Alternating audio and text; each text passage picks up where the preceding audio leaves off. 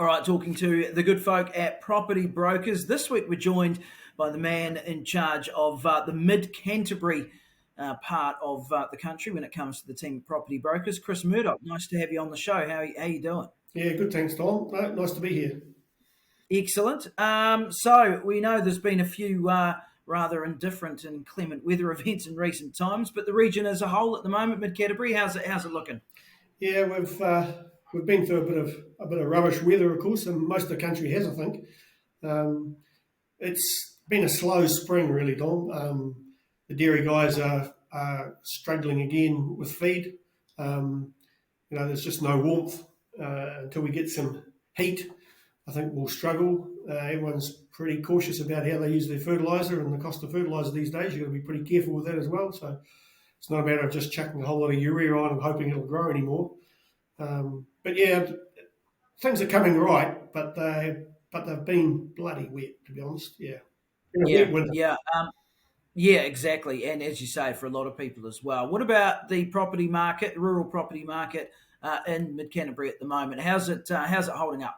Yeah, well, we've had end of last season, of course, the last dairy season, I call the season a dairy season, finished the season really strongly. Every sale seemed to be on a rising plane for the dairy industry. And then we went into the early winter and sold a few dairy support blocks, which took everybody by surprise, I think. The dairy support side of things has gone through the roof here in Mid-Canterbury. A lot of it's because of the environmental side of things now, with not being able to, if you haven't had dairy grazing on or dairy support on, you can't have it on now. So it's a pretty tight place to try and operate in.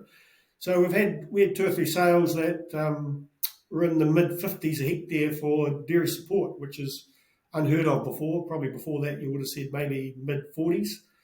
So that spurred on quite a few sales. So we actually had quite a lot of activity over the winter, which where our winter's normally pretty quiet. So we had quite a few sales through there, and they've led into the spring, and we are still getting good sales now, actually, which is, once again, very early for us.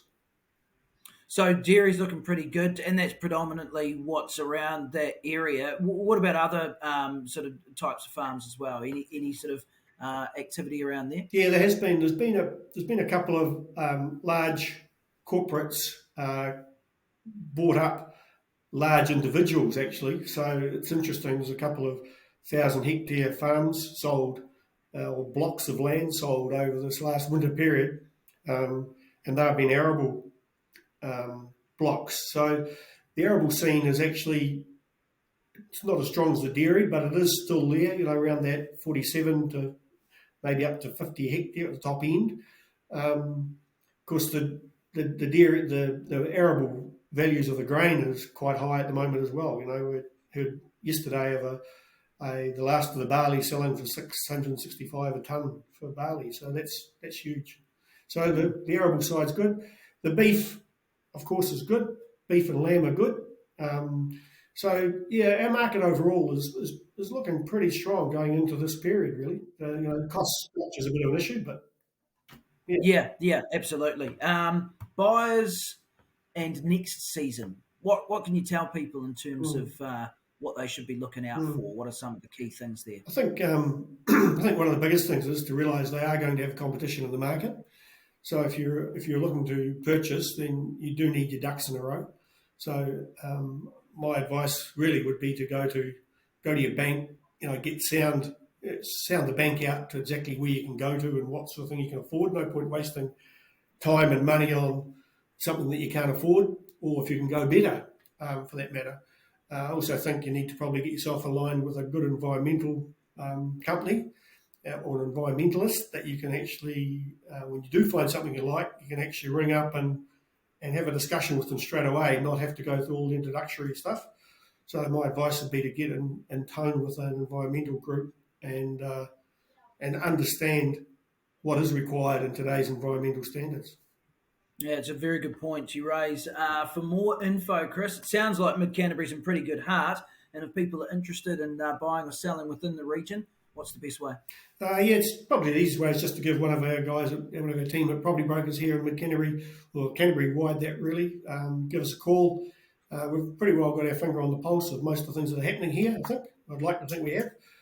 But yeah, just give us a call or send an email through. Just you'll find us on the property brokers website.